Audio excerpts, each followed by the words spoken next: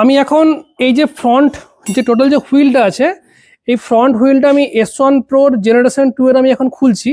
তার আমার এইটা খোলার দুটো কারণ। প্রথম কথা হচ্ছে এই আমার স্কুটারটা মোটামুটি এখন 10 কিলোমিটার চলেছে, তাহলে আমি এর ফ্রন্ট যে বেয়ারিং মানে 6201 নাম্বারের যে বেয়ারিংগুলো আছে সেই বেয়ারিংগুলো আমি গ্রিজ আমি করবো, এবং সঙ্গে ক্যালিপারটা আমি আগে যে এর ব্রেক প্যাডগুলো আমি ইস্যু থেকে বদলেছিলাম, তাহলে সেক্ষেত্রে আমার এই ব্রেক প্যাডে এই মুহূর্তে কোনো সমস্যা নাই এবং সমস্যা থাকার কথাও নয়।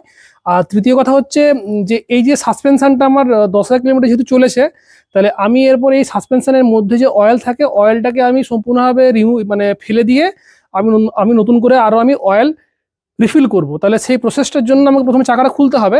আমি তার আগে আমি এইটা খুলে নিয়েছি, এই যে টোটাল যে সম্পূর্ণ যে উপরে যে শ্রাউড যেটা থাকে সেটা আমি খুলে নিয়েছি। এরপর এইটা আমি খুলছি, আপনারা দেখুন, দেখে বলবেন যে কেমন লাগছে, এবং সঙ্গে টোটাল প্রসেসটা আপনাদেরকে আমি দেখাবো।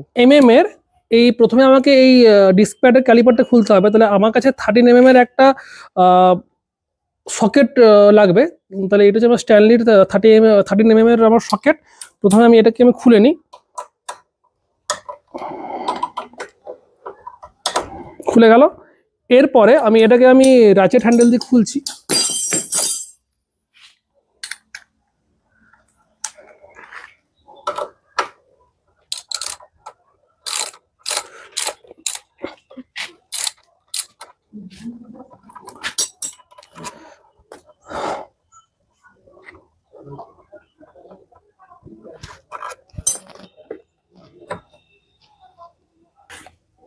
আমি পেছনে একটা কাপড় দিলাম, আমি ফানেল কাপড় দিলাম। কারণটা হচ্ছে এইটা খুলবার সময় প্রত্যেকবার রিমে লাগে এবং রিমটাকে ঘষা লাগে, রিমে একটা ঘষা দাগ দাগ হয়ে যায়। সেই কারণে আমি এটাকে দিলাম যাতে আমার খুলতে কোনো সমস্যা না হয়।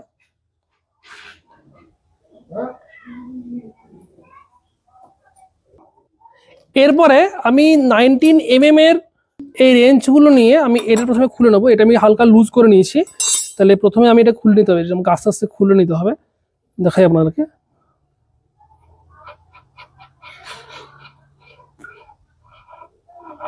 খুলে নিলাম। হ্যাঁ, এরপরে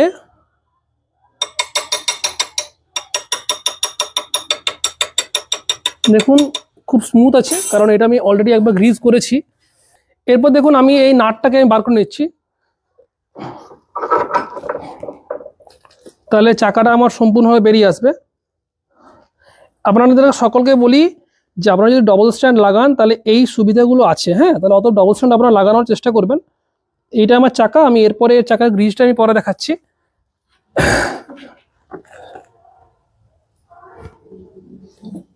চলো, এরপর দেখুন প্রথমে আমি তো চাকাটা খুলে নিলাম। এরপর আমি এই সাসপেনশনটা এরপর আমি এটাকে আমি অয়েল ফিল করবো। তাহলে আমাকে প্রথমে মাডগার্ডটা খুলতে হবে। আমি যে প্রথম প্রসেস দেখলাম যে সামনের যে ফেয়ারিং বলুন বা শ্রাউড বলুন সেটার প্রথমে আমি ওপেন করলাম, তারপরে আমি ডিস্ক ক্যালিপার আমি ওপেন করলাম, এবং তারপরে আমি ওপেন করলাম সামনের চাকাটাকে।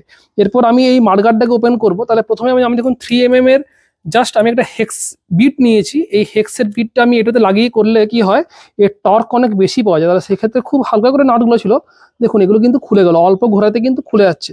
এটাতে কিন্তু বিশেষ কোনো প্রেশার নাই। তাহলে আমি ওই জন্য অ্যালান কির বদলে আমি এগুলো আমি ইউজ করি, তাহলে আমার সুবিধা হয়। তাহলে এরপর আমি খুলে নিই।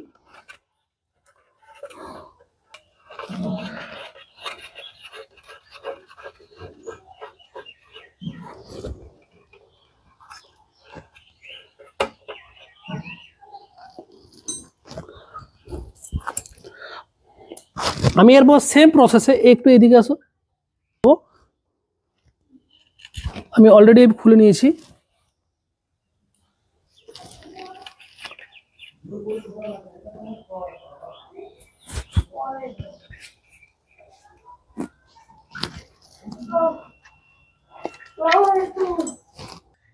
এরপর আমি এই ফ্রন্ট সাসপেনশনের এই দুটো নাট খুলবো, আমার ফ্রন্ট সাসপেনশনটা অয়েল ফিল করার জন্য। তাহলে দেখুন আমি এটা 6 এর হেক্স একটা বিট নিয়ে নিয়েছি। এরপরে এই হেক্স বিটটাকে আমি এই 1/2 ইঞ্চি ড্রাইভের সাথে যুক্ত করব। 1/2 ইঞ্চি ড্রাইভের সাথে যুক্ত করলে কি হবে, যে সব থেকে বেশি টর্ক পাওয়া যাবে। কারণ দেখুন এইটা এতটা ভেতরে নাটটা আছে, এই নাটটাকে মানে এই যে ওই অ্যালেন বোল্টটা আছে, এই অ্যালেন বোল্টটাকে যদি আমি সাধারণভাবে অ্যালেন কির মাধ্যমে খুলতে যাই তাহলে কিন্তু অনেক রকমের একে মানে জুগাড়, এক কথা বলা হয় জুগাড় লাগাতে হবে, যেটা ওই যেহেতু আমার যে টুল আছে ওই টুল দিয়ে করতে পারবো। এবং আমি অবশ্যই আপনাদেরকে বলবো যে যারা আপনারা ঘরে ওপেন করবেন প্রত্যেকটা টুল রাখবেন, তাহলে যে কোনো কাজ কিন্তু অনেক সহজ হয়ে যায়। আর আপনারা এটা নিজেরাও করতে পারেন, খুব সহজ জিনিস। দেখুন আমি এরপর এটাকে আমি খুললাম, আমার এটা সুন্দরভাবে খুললো। এরপরে আমি এটা নাটগুলোকে আমি খুলে নেবো।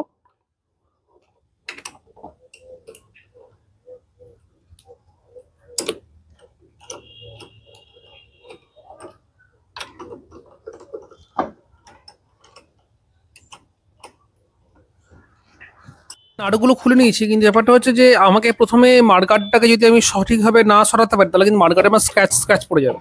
তাহলে আমাকে এমনই করতে হবে যে আমাকে প্রথমে মার্কারটা একটু সরিয়ে তারপর সকারটা নামাতে হবে। সকারটা যখনই নাটগুলো খুলে যাবে তখনই কিন্তু সকারটা নিচের দিকে চলে আসবে। তাহলে এমনভাবে আমাকে রাখতে হবে যাতে সকারে কোনো মতো কোনো স্ক্র্যাচ না, মানে মার্কারটা কোনো রকম কোনো স্ক্র্যাচ না পড়ে। দেখুন প্রথমে আমি এই দুটো নাটকে আমি লুজ করলাম, দিয়ে লুজ করে আমি এটাকে খুললাম। এইটাকে খুলে আমি এই ফ্রন্ট সাসপেনশনটাকে আমি বার করেছি। এই যে টোটাল যে ফ্রন্ট সাসপেনশনটা দেখতে পাচ্ছেন, আমি এরপর এই ফ্রন্ট সাসপেনশনটা কিন্তু এক প্রকার সিল টাইপে বলা যায়, কিন্তু এটাকে একটা খোলা সিস্টেম আছে, এটাকে প্রেস করে খুলতে হয়। আমি চেষ্টা করছি। আর এইটা আমি খুললাম, এরপর আমি এটাকে অয়েল টপ আপ করবো। এই সাসপেনশনটা একবার আমার ওয়ারেন্টিতে একবার বদলও হয়েছিল, তা আপনারা দেখুন আমি এটা করছি, দিয়ে আপনাদেরকে জানাচ্ছি। দেখুন আমি এই সকারের এই সাসপেনশনটা আমি খুলেছি। এই সাসপেনশনটা খুলে আমি তেল, মানে যেটা আমার যে ওয়েস্ট প্রোডাক্ট যেটা হয়, মানে ওয়েস্ট যে অয়েলটা ছিল সেটা মোটামুটি 70 ml খানি বেরিয়েছে। আমি ওই তেলটা ফেলে দেওয়ার জন্য আপনাদেরকে আমি দেখাতে পাচ্ছি না। আর এইটা হচ্ছে সাসপেনশনের যে স্প্রিংটা, এইটা ডাউন ছিল, এটা আপ ছিল। এইটা হচ্ছে জাস্ট এর লকটা, এই লকটা উপরে থেকে প্রেস করে খুলতে হয়, খুব ট্রিকি খোলা। আর এইটা হচ্ছে ওর সার্ক্লিপ, যেটাতে ওই সকারটা আটকে ছিল। যাই হোক, এরপর আমি দেখুন এইটা আমি খুলেছি, মানে এইটা এমনি করে জোরে টিপে খুলতে হয়। এইখানে যে সার্ক্লিপটা ছিল এই সার্ক্লিপটা এর মধ্যে সার্ক্লিপ খুলতে এখন এটা বেরোচ্ছে না, কারণ এর যে রবার ওয়াসার যেটা আছে সেটা কিন্তু এখন আটকে আছে। আমি এটা খোলার চেষ্টা করছি, কিন্তু আমি দেখছি যে এটা কি করে খোলা যায়। আস্তে আস্তে আমি খোলার চেষ্টা করছি, খুলে আপনাদেরকে দেখাচ্ছি। দেখুন আমি এই সাসপেনশনটা আমি এখন খুলেছি।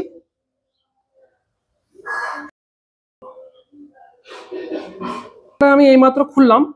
তা সাসপেনশনে জাস্ট এটা এমনি করে থাকে, এবং এখানে যে একটা সার্ক্লিপ থাকে, এই সার্ক্লিপটা কিন্তু এখানে যা এটার মানে একদম গোড়া এটা থাকে আর কি। যাই হোক, তাহলে এইটা আমি এখন সার্ক্লিপটা খুলেছি।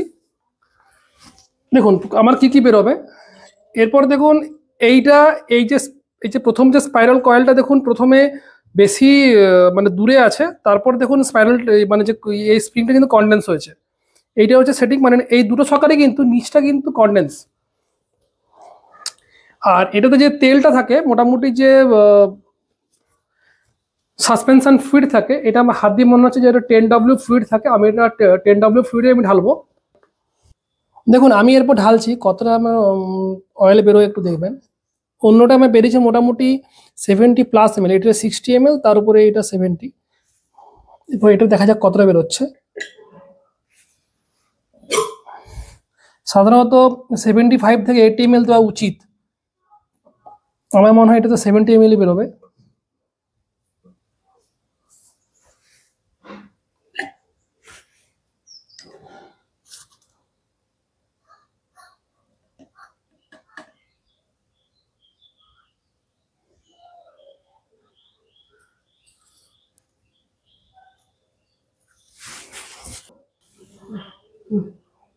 দেখুন এইটা আমার মোটামুটি 60 ml তেল বেরিয়েছে, কিন্তু অ্যাকচুয়াল আমি যদি রেখে দিই আরও তেল ছিল, এটা মোটামুটি 70 ml তেল বেরিয়েছে।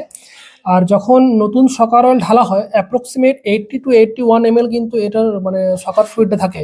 তাহলে আমি বুঝতে পারি যে আমার প্রায় 10,000 কিলোমিটারে আমার মোটামুটি এই প্রায় 10 ml খানি যে অয়েলটা সেটা কিন্তু কনডেন্স হয়ে গেছে।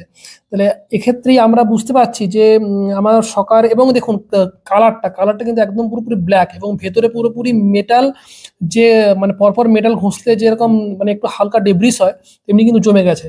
তাহলে অতএব আমরা বুঝতে পারছি যে তেলটা নষ্ট হয়েছে। আপনারা চেষ্টা করবেন যে সাসপেনশন, যে কোনো স্কুটারের সাসপেনশন অয়েলটা মোটামুটি 10 থেকে 15,000-এর মধ্যে, 15,000টা বেশি হয়ে যাবে কারণ অনেক কম তেল থাকে, তো মানে কম অয়েল থাকে। তাহলে আপনারা চেষ্টা করবেন 10 থেকে 12,000-এর মধ্যে কিন্তু সাসপেনশন অয়েলটা ফেলতে। আমি এগুলোকে একটু মুছে নিই, কারণ এই তো মানে পুরোপুরি কালো টার হয়ে আছে, আপনারা দেখতে পাচ্ছেন। তাহলে আমি এগুলোকে একটু মুছে নিই, তারপরে আমি আসছি পরবর্তীকালে ভিডিও নিয়ে। না, আমি 80 ml ঢেলে নেব। দেখুন আমি এই ফর্ক অয়েল নিয়েছি, এটা আমার অ্যামাজন থেকে না, 55 রুপিস সামথিং দাম। এটা 175 ml মোট এর কোয়ান্টিটি থাকে, 175 ml। এরপর আমি এটাতে মোটামুটি 80 ml করে দেবো। এটা আমার দাম নিয়েছিল, প্রিন্ট আছে, এমআরপি আছে এই মুহূর্তে 62, আমি কিনেছিলাম ওর থেকে অনেক কম দামে কিনেছিলাম, 54 52-তে কিনেছিলাম। দেখুন আমি 80 ml করে আমি ঢালবো।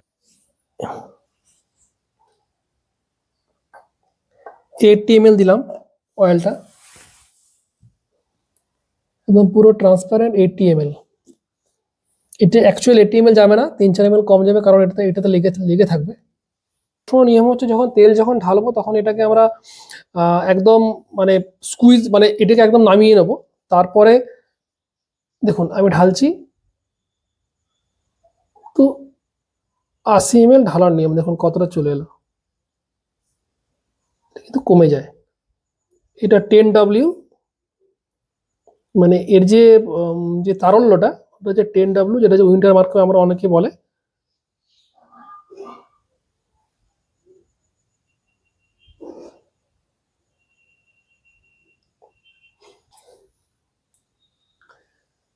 এর মধ্যে হালকা বাতাস থাকতে পারে, ওই জন্য একটু ওঠানামা করে নেব।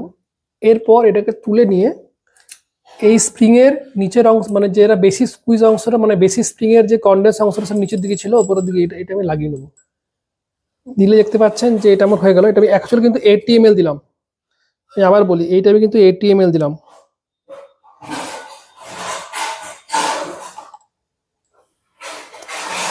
এরপরে এটাকে আমাকে লাগিয়ে নিতে হবে। এটাকে আমি লাগিয়ে নিচ্ছি। এটা তো মানে আপনারা এটা কি নিয়ম, এটা খুব জোরে প্রেস করে এটা উল্টো লাগাচ্ছে, এটা খুব জোরে প্রেস করে। উপরে একটা ওয়াশার আছে, এই যে উপরে একটা সার্ক্লিপ আছে, এই সার্ক্লিপ দিয়ে লক হয়। ওইটা আমি ছবিতে দেখাতে পারবো না। আপনারা মানে এইটা যখনই আমরা প্রেস করব তখনই কিন্তু এই ওয়াশারটা এর সাথে চলে যাবে। এরপরে এই সার্ক্লিপটা লাগানো একটা ট্রিকি জিনিস, এই সার্ক্লিপটা জাস্ট লাগালে কিন্তু এটা আমার আটকে যাবে। আমি করে নিয়ে আপনাদের দেখাচ্ছি। দেখুন আমি এটাকে এমনি করে লাগাবো, তার আগে আমি একটু সিলিকন দিই, তাহলে এইটা হচ্ছে সিলিকন গ্রিজ। সিলিকন গ্রিজ দিলে কি হবে, আমার খুব দ্রুত ঢুকে যাবে, নাহলে কিন্তু ঢোকাতে বেশ সমস্যা এটাকে। ওই জন্য একটু আমি সিলিকন গ্রিজ নিয়ে নিচ্ছি, তাহলে আমার এটাকে ইনসার্ট করতে সুবিধা হবে। আর সিলিকন রাবারের পক্ষে খুব ভালো, তাহলে কোনো সমস্যাই হয় না বলতে গেলে। আর আমি একটু এইটা যে আছে এইটার মাথাতে আমি একটু সিলিকন দিয়ে দিচ্ছি, তাহলে আমার স্প্রিংটা খুব সহজে আমার চলে যাবে। দেখুন আমি এই সকারগুলোর কিন্তু লকটা লাগিয়ে নিয়েছি। লক লাগানোর ভিডিওটা আমি নিয়ে এলাম না, লকটা আপনারা একটু ট্রিকি ভিডিও, আমাকে ধরার কেউ ছিল না ফোনটা, এটা কিন্তু আমার লাগানো হয়ে গেছে আজকের দিনে। আর এই সকার এটাতে মোটামুটি 82 ml খানি আমি অয়েল দিলাম, এবং 10W অয়েল টিভিএস এর পেলাম বলে কিনেছিলাম, মানে কিন্তু 10W অয়েল আমি দিয়েছি। এরপর আমি লাগাচ্ছি, এটাকে লাগানোটা আপনাদেরকে দেখাচ্ছি। এরপরে আমি এই সাসপেনশনটা আমি লাগাচ্ছি, সাসপেনশনটা আমি আমার স্কুটারে লাগাচ্ছি। তার আগে আমি এটাকে যথারীতি যে এর যে ইয়েটা আছে, এর যে গ্রুপটা আছে, গ্রুপে আমি ঢুকিয়ে নেবো। এটা কিন্তু এই যে এর মাথায় দেখবেন একটা গ্রুপ থাকে, পজ করো না। এরপর দেখুন আমি টাইট করছি, এখানে যে গ্রুপটা আছে গ্রুপে কিন্তু এটা আটকে যাবে। অতএব ঝামেলার কিচ্ছু নাই, মনে হবে যে আটকে নাই, কিন্তু না, এটা যে একটা গ্রুপ আছে, এই সাসপেনশনে যে গ্রুপটা আপনারা দেখাচ্ছি ওই গ্রুপে গিয়ে কিন্তু এটা আটকে যাবে। অতএব আমি আমার প্রয়োজন মতো টাইটটা করবো, বেশি টাইট আমি দেবো না।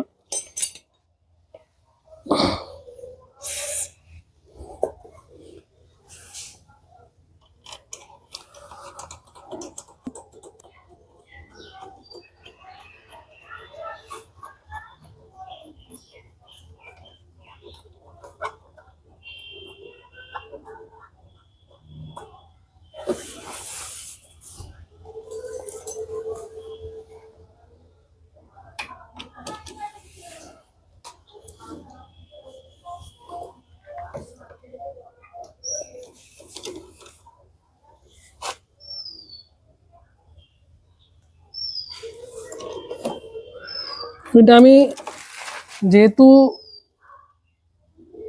এটা পুরো সাসপেনশন থাকে পুরো, ওই জন্য প্রয়োজন মতো আমি এটা টাইট করব।